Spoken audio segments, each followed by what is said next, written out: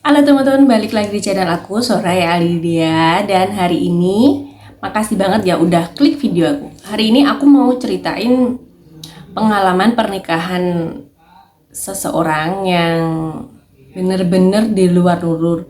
Yang dipikirnya tuh green flag, tapi ternyata oren kali. Atau lebih tepatnya pelangi. Sumpah ya, di jam sekarang itu emang bener-bener cari suami itu ada aja warnanya ya. Dan langsung aja aku ceritain kisahnya. Jadi ceritanya aku kenal dan pacaran sama suamiku kurang lebih 3 tahun.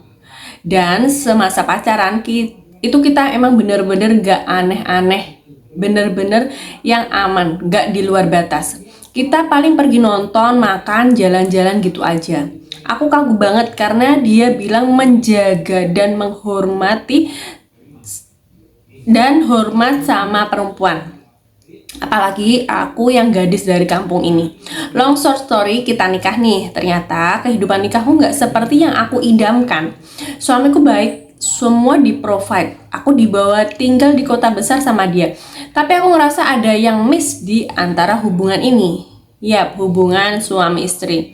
Selama satu tahun ini kami hanya melakukannya sesekali aja. Dia selalu cerita kalau kecapean kerja karena jarak rumah kantor itu emang jauh, stres dan lain-lain. Aku dengan kepolosanku sangat mencoba memahami hal itu. Aku hampir nggak pernah marah, curiga atau apapun.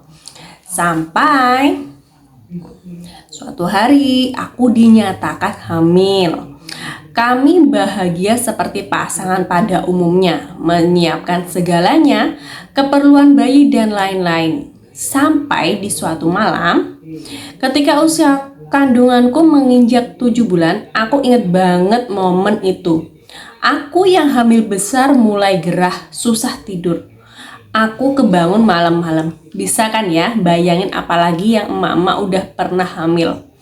Saat itu jam 2 pagi, suamiku lelap karena lampu dimatikan. Jadi pas layar HP suami nyala, aku tertarik untuk lihat. Ya tentu aja selama ini kami nggak pernah saling buka HP masing-masing. Karena aku pikir untuk apa? Bener-bener suaminya yang dipikirnya green flag banget, baik banget. Tapi malam itu beda.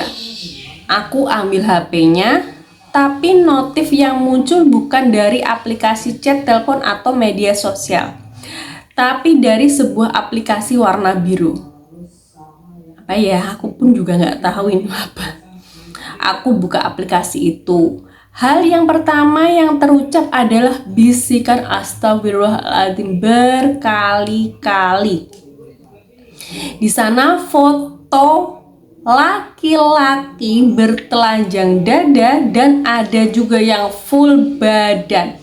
Sambil gemeter aku buka sejenis kotak obrolannya. Seorang pria tampan di sana mengirim pesan pada suamiku. Isinya, aku gak akan pernah ninggalin kamu. Aku harap kamu mengerti aku nikah karena keluargaku. Ya ampun, aku merinding banget. Sebab rasanya kan disambar petir. Hati aku bergejolak. Si bayi juga merasakannya. Perut aku menjadi keras, tegang sekali rasanya. Membaca cat-cat mesra sebelumnya yang membuat otakku loading untuk mencernanya. Mual saat aku baca mereka ternyata udah beberapa kali. Ya ampun, bagaimana? Mereka udah beberapa kali berhubungan.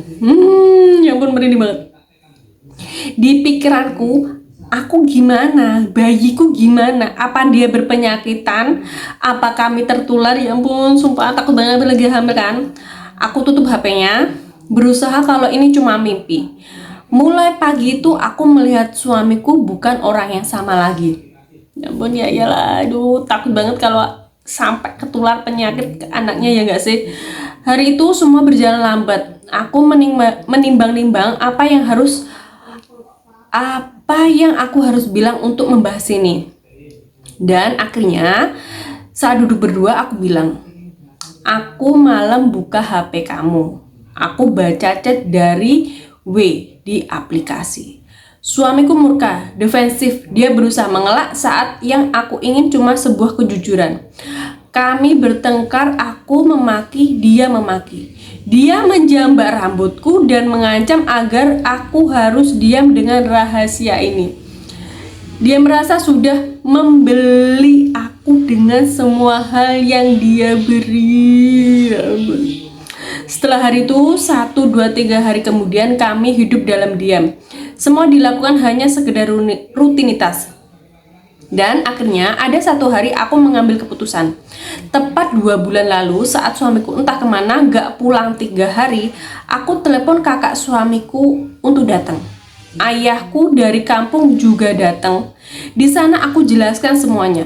Part yang shock bahwa kakak suamiku sudah tahu, ya ampun, sudah menegur untuk stop berhubungan dengan laki-laki. Part tersedihnya melihat ayahku hancur, ya ampun. Anak satu-satunya perempuan harus menanggung beban seberat ini. Hari itu aku dibawa pulang ke kampung oleh ayahku. Gak ada yang kubawa selain keperluan bayi dan barang-barang yang aku punya dari awal. Apa suamiku mencariku? Tidak, sama sekali tidak. Yang aku dengar terakhir dari kakaknya bahwa perceraian akan segera diurus. Aku kembali lagi di kampung ini membawa aib yang menjadi beban ayahku yang hanya seorang buruh tani. Ya ampun. Kami berdua saling menguatkan. HPL ku sudah dekat. Aku tulis ini supaya perasaanku lega. Ya Allah, alhamdulillah aku dan bayiku sehat, sayang. Alhamdulillah banget. Ya ampun, jangan banget sih. Kalau kalian punya penyakit kayak gitu tuh gak usah deh. Jahat gitu loh. Cewek kan gak tahu apa-apa, apalagi sampai punya anak. Kalau penyakitan gimana?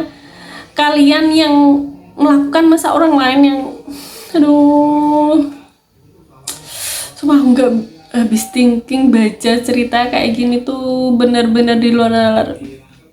Pas saking polosnya aku ngomong gak tahu kayak gitu. Buat teman-teman, makasih banget ya udah dengerin aku cerita, udah lihat video aku. Buat teman-teman yang punya video yang buat teman-teman yang punya cerita serupa kayak gini, bisa banget kirim ke WhatsApp aku atau ke email aku. Makasih udah nonton dan sampai jumpa di video selanjutnya. Bye bye.